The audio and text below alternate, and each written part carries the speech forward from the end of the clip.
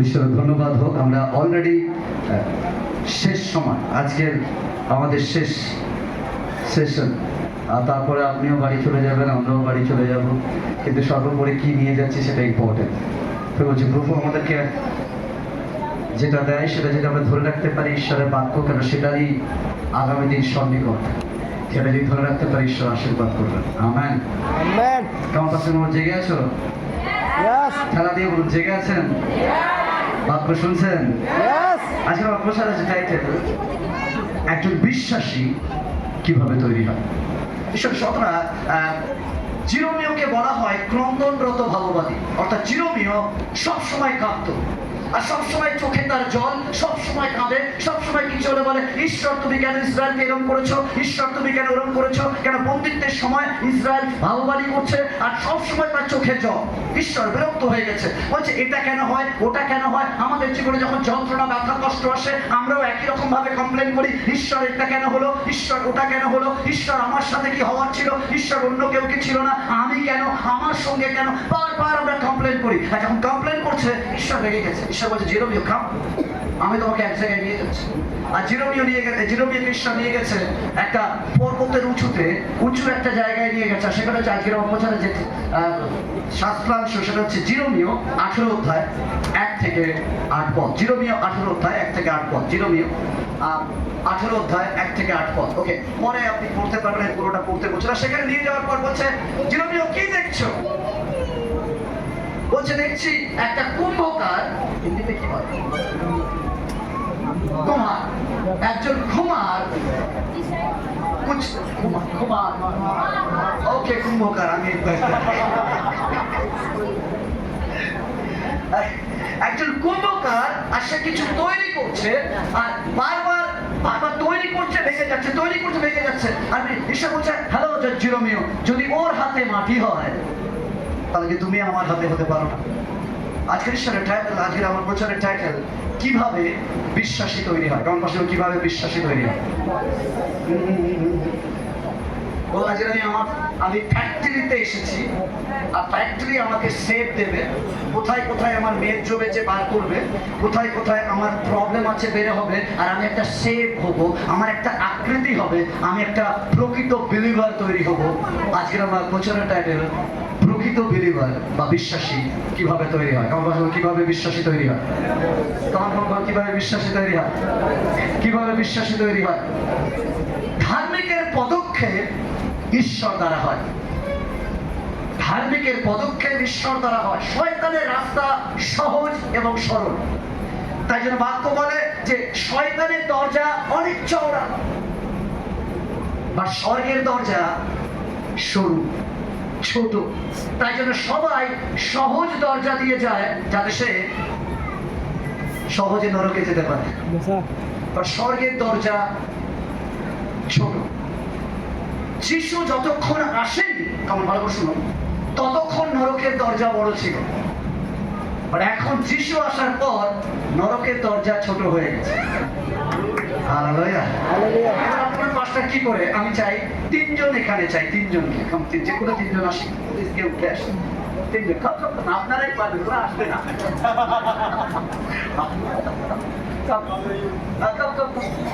কোনো প্রবলেম নেই, যে কেউ আসবে, পাঁচটা কাম দাঁড়ায়, পাঁচটার ভয় দাঁড়ায়, ভেরি গুড।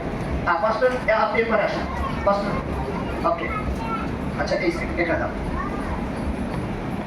ওই পাঁচটা হচ্ছে যেটা স্বর্ণ, তুই কালো আছিস না, ভালো করে দেখো শেষ হবে। নরকের দরজা চওড়া যখন যিশু ছিল না, আর স্বর্গের দরজা সরু।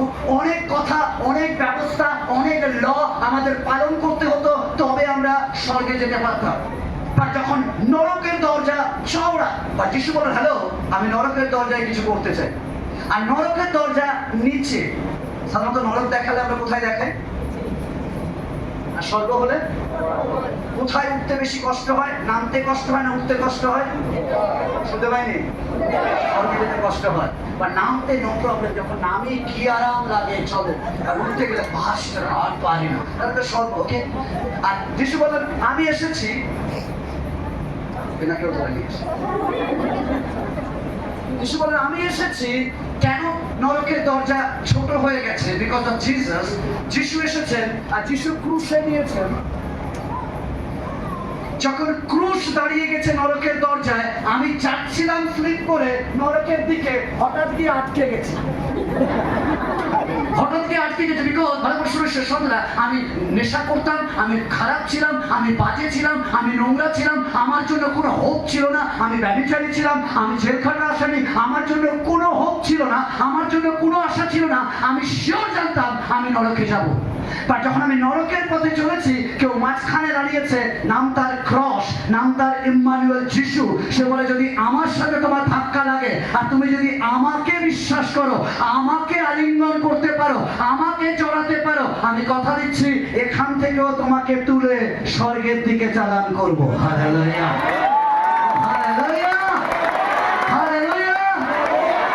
এখন স্বর্গের থেকে নরকের দরজা ছোট হয়ে গেছে।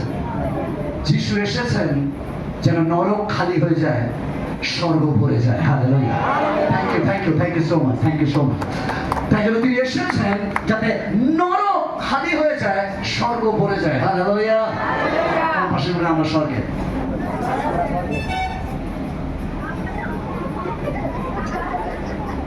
দিন হয়ে গেল তারপরেও ভাবছি আমি সত্যি স্বর্গে। আমি স্বর্গে। স্বর্গের লোকদের দেখতে কেমন হয় জানো? আমার পাশে বলো স্বর্গ লোকদের দেখতে কেমন হয়। পাশে জনকে বলবো, আমার পাশে জনকে বলুন, যে পাশে বসে বলুন স্বর্গের লোকদের দেখতে কেমন হয়। ঘুরিয়ে বলুন আমার মতো, আমার মতো। স্বর্গ লোকদের আমার মতো দেখতে হয়। হালেলুয়া। একটা মাটি অবহেলিত, একটা মাটি নোংরা। মাটি ভাবে আমাকে কেউ ভালোবাসে না, কেউ আমাকে যত্ন করে না, সবাই আমাকে মারিয়ে যায়, সবাই আমাকে থুতু ফেলে, সবাই আমাকে ঘৃণা করে, আমি দেখতে কুৎসিত, আমার কালারটা আলাদা, আমার যোগ্যতা নেই, আমার পড়াশোনা নেই, সবাই মিলে আমাকে টিটকারি দেয়। মাটি কাঁদে আর বলে কেউ কি নেই যে আমাকে একটু ভালোবাসতে পারে। আমাদের অনেক সময় ধারণা হয় আমি অতটা যোগ্য নয়, আমি অত জানি না, আমি অত স্মার্ট নয়, কেউ আমাকে বোঝে না, আমি নোংরা, আমি একটা হাউস ওয়াইফ, আমি ঘরের এক কোণে পড়ে থাকি, আমাকে কেউ কেয়ার করে না। মাটি খাবে, মাটি বলে ঈশ্বর আমার জন্ম না হলে ভালো হতো। ঈশ্বর কেন আমার জন্ম হলো, কেন আমার জন্মে এত কষ্ট, আমার ব্যথা, আমি যতদিন যাচ্ছে তত ব্যথার সাথে যাচ্ছি, কেন আমার লাইফে এত কষ্ট, ওর থেকে তো ভালো ছিল আমি জন্মাতাম না। আমার অনেক সময় এলিয়ার মতো আমরা অভিশাপ দিই আমাদের জন্মার জন্য, বলি এত কষ্ট নিতে পারছি না, আমিও অভিশাপ দিই আমার জন্মদিনকে, কেন আমি জন্মেছি। অনেক সময় আমাদের রিয়েল লাইফে আমাদের সমস্যা দেখা দেয়, আমরা অনেক সময় ভাবি কেন আমি আজকের এত কষ্টে রয়েছি, কেন এটা যন্ত্রণা। ঈশ্বর মনে হয় আমার থেকে মুখ ঘুরিয়ে নিয়েছে। অনেক সময় মনে হয় আমার তো কেউ নেই, আমার বাবা আমাকে বোঝে না, আমার মা আমাকে বোঝে না, আমার স্ত্রী আমার ছেড়ে পালিয়ে গেছে, আমার স্বামী আমার ছেড়ে চলে গেছে, আমি এখন একা, আমার কি হবে, আমাকে কেউ গুরুত্ব দেয় না, লোক আমাকে টিটকারি দেয়, লোক আমাকে অপমান করে, লোক বলে আমার কালার খারাপ, লোক বলে আমি মোটা, লোক বলে আমি নাটা, আমাকে সবাই তুচ্ছ করে, আমার নিয়ে সমালোচনা করে, আমাকে নিয়ে হাসে, আর আমি আর আপনি অনেক সময় কাঁদি। আর আমরা বলি আমাদের কথা কেউ শোনে না, আমাদেরকে কেউ গুরুত্ব দেয় না। মাটি রয়েছে, মাটি গ্রামের একটা অবহেলায় রাস্তায় পড়ে রয়েছে, সবাই মিলে মাটিকে দেখায় বলে মাটি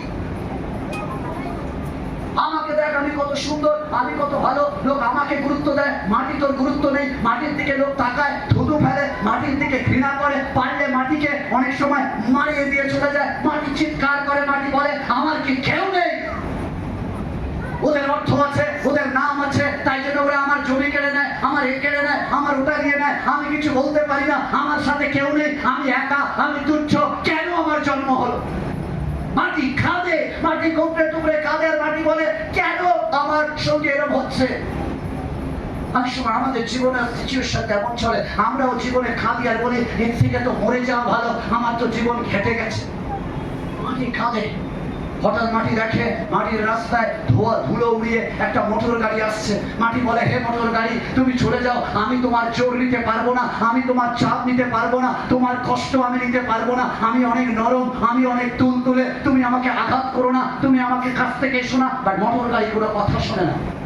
মোটর গাড়ি ধুলো উড়ে আসে আর মাটির উপর দিয়ে তার চাকাকে পিষে দিয়ে চলে যায়। মাটি চিৎকার করে ওঠে, মাটি কাঁদে আর বলে, ও ঈশ্বর আর কত যন্ত্রণা দেবে, ও ঈশ্বর আর কত কাঁদাবে, আর কত ভাঙবে, আমাকে আর কত কত নিচে নামাবে।